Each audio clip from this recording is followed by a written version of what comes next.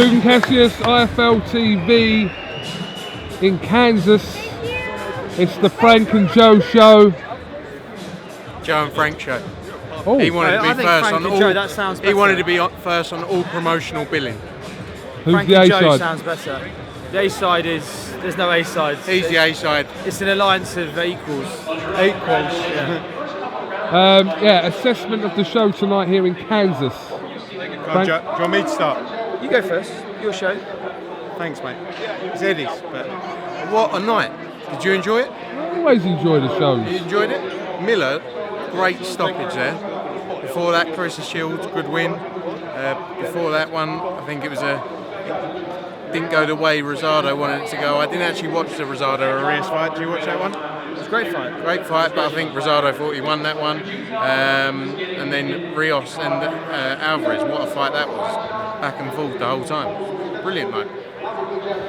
There's been 3 Matchroom USA Dazn shows. We've been, say we, as if I'm part of You've been at all Dazn. 3? You've been at all of Well, them. I have, yeah. So you're part of it. You're part Chicago, Boston, Kansas. Almost like a fanboy. A groupie. A groupie. groupie's better word. Groupie. Do you know what? I need a box to talk Fair while enough. we're here. Borrow I Adams. borrow that one there. Are we looking to explore, obviously, different territories of America next year? I think so. I think that's a good point to stress. I think the conversation with us has always been that we do something different. Prior to our entry in the US, I couldn't say when the last show in Wichita, Kansas was. It's probably, again, I've said this to you before, KUGAN, it's consistent with a similar strategy that Match have employed in the UK. It's Middle America, it's a different audience, it's an audience that appreciates a major show like this coming to their hometown. The atmosphere in here tonight was great, a lot of walk-ups, I think, from a ticket sales perspective. And I think that's consistent with what Matchroom are trying to do here. Obviously, we need to keep building momentum. We've got our Canelo show on the 15th of December, which is huge for us. And we'll, continue to amplify our brand in the US. And in the new year, you'll see us with Matchroom and with Golden Boy continue to grow that. And I think a part of that will be taking shows with both those promotional companies to parts of the US that perhaps other companies wouldn't take shows to, and this is an example of that starting to happen. That was a very good explanation of it. Thank you, Joe. Very good. Very impressive. Very impressive. Who is the biggest star you have? Is it Joshua or Canelo? In the US, Canelo, no doubt. Anthony Joshua has enormous potential here. Canelo has an established brand here. He was the last king of pay-per-view. We are very, very excited that he stepped away from a pay-per-view model to be so excited by the Dazn model. That's huge for us. It's something we need alongside the talent that Matchroom are bringing here. But we will invest. We will work. Sorry to disturb that. Lovely. Carry on. We will work with Anthony Joshua, we will work with Matchroom, we'll work with Freddie and the AJ Boxing brand to grow Anthony Joshua's profile in the US. We've started to do that already. Obviously, a major show in the US will help that, as will ongoing promotional activity for AJ in the US. That's a project that we will work on with Matchroom together. Who's bigger, Joshua or Canelo? Huh? Who's bigger? Joshua, obviously. What's that about? I caveat in the US. It's in the He US. said in the US. No, you know what? Canelo's the biggest pay-per-view fighter in the US, coming off. Sorry. Canelo's the biggest pay-per-view fighter in the US, active fighter right Former now. pay-per-view fighter. No, yeah, well, former pay-per-view fighter. The last king of pay-per-view. In the US, and Josh has got to build his brand over here, and he's been doing that along with the work we've done with Dazn. And I think in time, as Joe says, he's got enormous potential. That is the thing. The thing is, if AJ commits the time and the fights in the US, he's got every tool in his box to be a monumental star in the US. With our support, with the skills that Matthew and Eddie and Frank bring to the table, coupled with our investment, coupled with his talent, which is the most important thing. He fights Deontay Wilder in the US. That's a major US cultural moment. Here's a question. Here's a question. Sorry, mate. Joshua said that, and Eddie said before, the importance of Joshua fighting in the US has kind of dropped over the last sort of year and a half because of the situation back home, selling out Wembley and Cardiff and all these places. But does he need to come over here, in your opinion, Joe, to kind of... I run the Dazn US business. Of course I want major fights happening in the domestic market. So I want that to happen. Of course I do. I think Matthew want that to happen as well. Frank? I think, look, if you want, it's looking at it from two different perspectives. I think when we were saying, for him to come to the US, obviously if he fights in the US, he's going to grow his brand more than fighting in the UK. So it's just natural. If he spends more time here, you're going to get bigger. If you spend a 10-week, 12-week training camp here, and you spend every day and you're all over the TV screens in America, just like he is in the UK, he's going to grow. So it's just natural. And I think it just depends where his career goes. It's also not just fighting in the US. It's Jimmy Kimmel Live. It's putting him into the cultural conversation in the US. That is beneficial to every single person in this conversation, ourselves included, AJ included. It's the biggest market in the world. I think as well, a big thing to look at is it's going to take a while to get boxing. It's not going to be overnight that boxing suddenly becomes what we've built it to in the UK. That's taken 2, 3, 4, 5 years of work. And I think everyone wants that rushed approach of by your next show you're going to be selling 10, 15, 20, 30, 40, and eventually a stadium. But we've got to build to that. And I think with time we will, just like we did in the UK. We started in arenas like, you go back to Lewis Ritson, who just sold out just over 9,000 tickets, slowly building it up in these areas. And that's what we need to do, build the fighters, build the sport back to a point where we do sell out a 70, 80,000 stadium. And that's, I think everyone wants that rushed approach, but with a bit of time we can get it to that point. And we commit to that plan.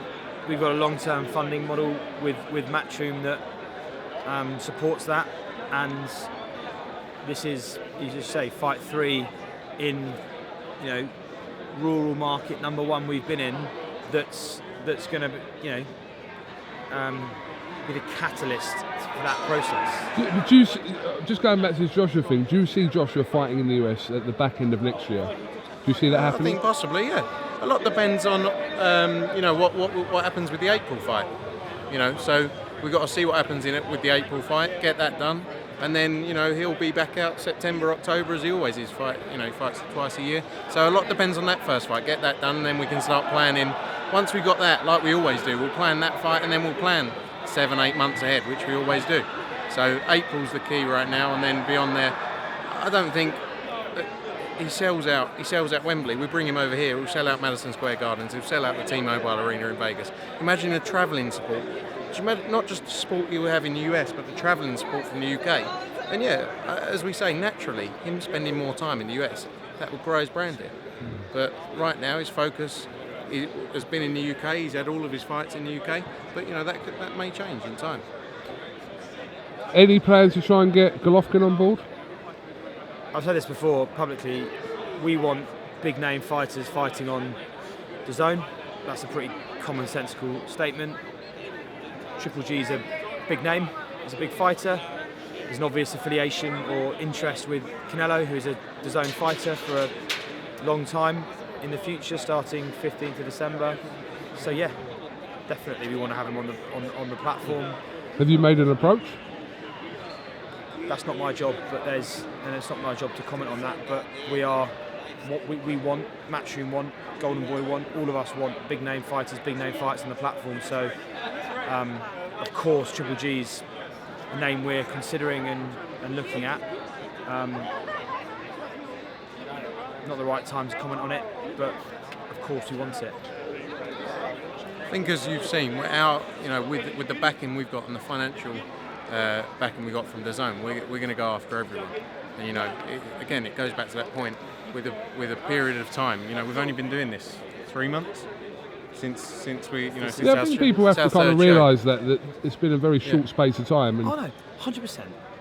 100% need but, to accept that. but to be fair, you have Eddie kind of, before this all started, kind of outlining, you know, potential signings and talks with this person, that person. So I suppose when it doesn't always work out, the criticism is always going to be there with certain fighters that he's gone for and hasn't got, or allegedly hasn't got. Look how the market's changed since Eddie started saying that, and look how the market's changed since we entered. Everyone's having to keep up, and eventually they're going to run out of money. So let's let them all run out of money, and then we'll still have our. The market of US boxing broadcasts, fight sports broadcasting, is a dramatically different one to the one that we entered in May of 2018. We are in mid-November. It's a dramatically shaken up market, and we're just getting started. Is something that we should remind ourselves of, as well as the critics. Not that we spend too much time worrying about them, but we are third show of a very long-term partnership, and you know, from speaking on behalf of Dazn, you know, beyond boxing, beyond the one initial relationship we had in boxing, we've now got Canelo committed for 11 fights. We've got MLB committed in a multi-year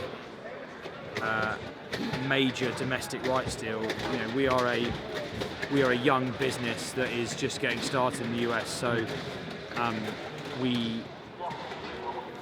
I think we are developing momentum that will serve us in very good stead very, very quickly.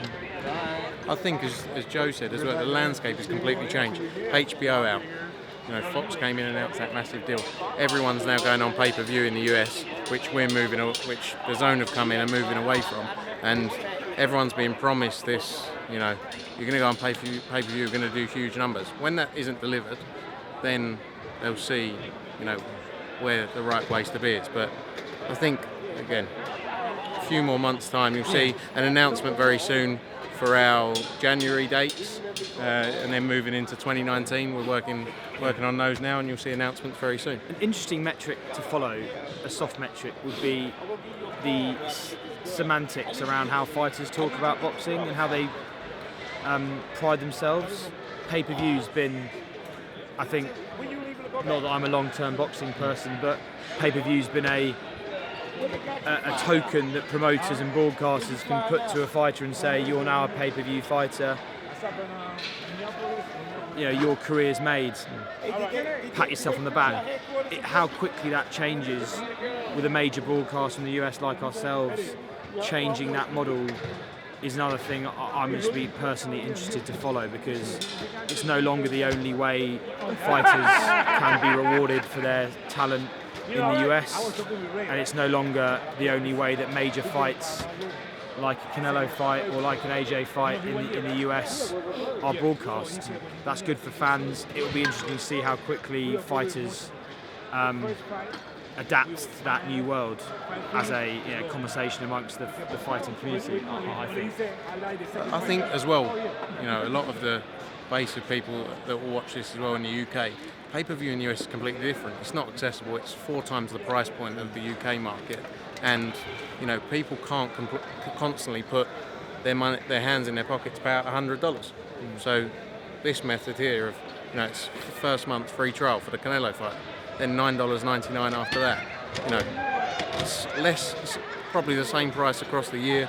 Well, just over slightly, than you pay for one pay-per-view event. And with that, you get 100 nights of boxing a year. So I think once people see that this pay-per-view and Bellator and MLB, which is, let's not distract from that. I know it's not your core audience, KUGAN, but that is a top-tier US rights holder committing a major deal, multi-year deal to Dazn, and we're 3 months in. So everyone, watch out, because we're coming for you very soon. you're going to see packed out arenas, packed out stadiums, 60, 70, 80,000 people, and it'll be a year down the line, and everyone will then be going, actually, they told us they were going to do this, we should have listened. So, watch out. Frank, Joe, thank you very much for talking to IFL TV. Thanks, KUGAN. We'll catch up with you soon. Cheers, Coog. 16 minutes. Wow.